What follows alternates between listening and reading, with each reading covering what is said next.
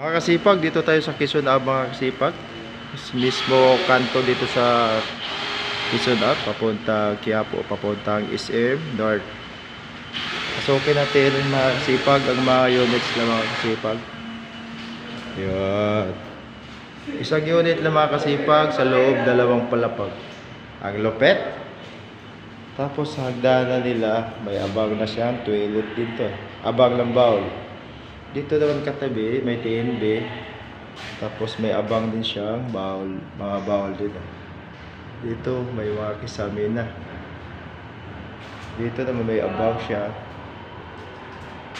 Ito, wala mang lutuan to, may abang na exhaust. Yan. Ito naman may space pa siya dito. Yun.